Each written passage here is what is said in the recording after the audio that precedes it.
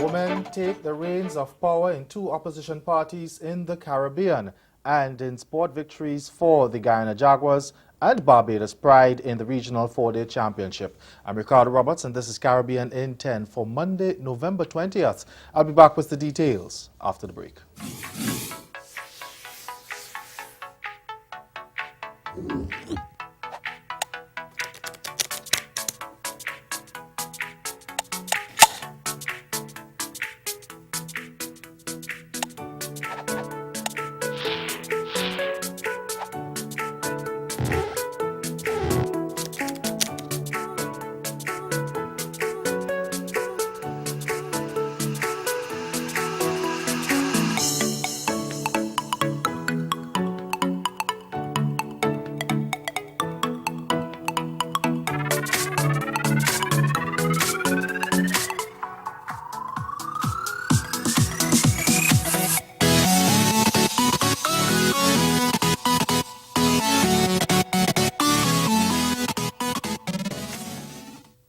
Yes, negotiating exclusively with the Caribbean, renegotiating what is going to be low on its priority. But what about if we did that in the context of the, either the entire ACP region or subgroupings within the ACP region? Then that places a much high, brings it much higher up on the list of priorities for Britain. And this is another area in which we really need to revisit.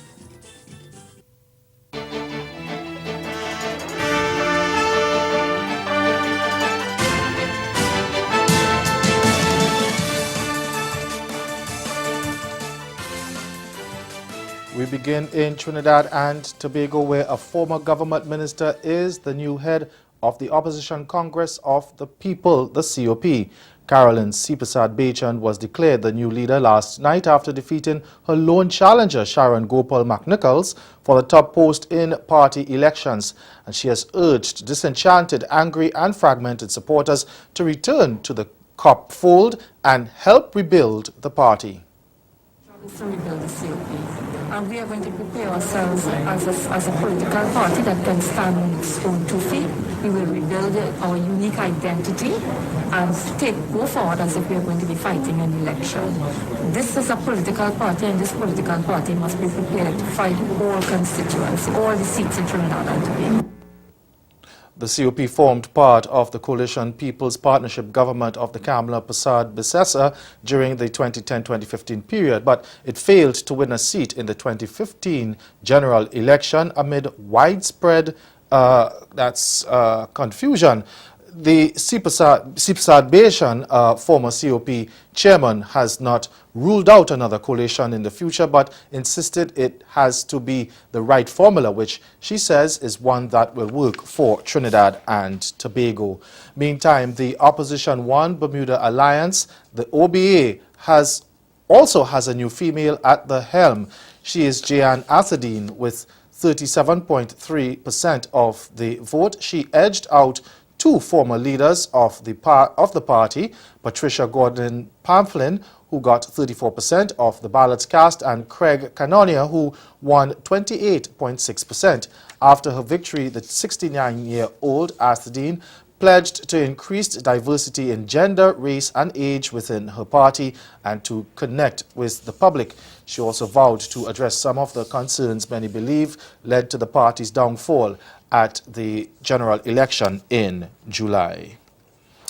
Two Belize government ministers, including acting Prime Minister Patrick Faber, escaped unhurt after the plane in which they were traveling over the weekend crashed in Placencia. Faber and the Minister of Agriculture Fisheries, Forestry and the Environment and Sustainable Development and Immigration, Godwin Hulse, were en route to Punta Gorda town on a Tropic Air flight last Friday when the plane went down. A statement from the government press office said that after the plane took off from the Placencia airstrip, the left landing wheel made contact with a vehicle that had bypassed one of the lowered barriers. The impact caused the plane to plunge into the sea right off the coast of Placencia, not far from the airstrip.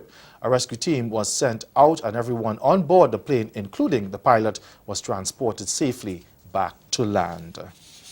The International Monetary Fund, the IMF, says it will closely monitor the implementation of a new fiscal regime introduced by the Barbados government. The Thunderstewart administration recently introduced the National Sustainability Recovery Plan aimed at debt financing, fiscal stability, public office reform and improving the ease of doing business. IMF Director for the Western Hemisphere, Alejandro Werner, tells CMC News implementation of the program is key to stabilizing Barbados' economy. It was important to continue to monitor the implementation of these policies, and even if these policies change to the extent that they continue to strengthen the fiscal situation and contain the deterioration of the debt trajectory, that would be very important in the short run to change the expectations of economic agents that this situation is not sustainable in the medium term. And then it would be, also important to fine-tune these policies to start looking at the most efficient ways to achieve those objectives. There have been many fears that Barbados may have to devalue its currency. Now, Werner maintains that decision would have to be made solely by the government, but he warns that maintaining a rigid currency exchange regime would require greater flexibility in other areas to ensure the success of the new fiscal measures. Now, stay with us. Your Midday Sport is next.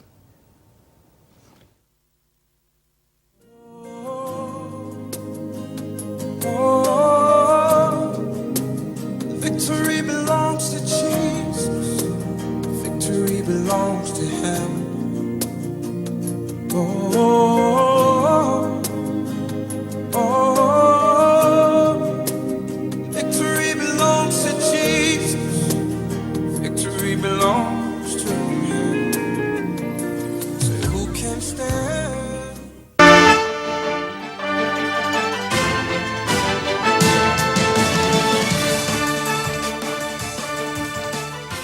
Left-arm spinner Veerasamy Permaul snatched 3 of the 4 remaining wickets to end with 5 in the innings and 9 in the match as Guyana Jaguars routed Trinidad and Tobago Red Force by an innings and 217 runs in their 4th round match yesterday. Now resuming the final day of the day-night encounter at the Brian Lara Stadium on 108 for 6 in their innings and with little hope of saving the match, the hosts were dismissed for 175 10 minutes before lunch to hand Jaguars their 3rd win of the Regional 4-Day Championship. Imran Khan and Daniel Sinclair, both not out overnight, made joint top scores of 28, while captain Dinesh Ramdin batting at number 9 finished unbeaten on 22.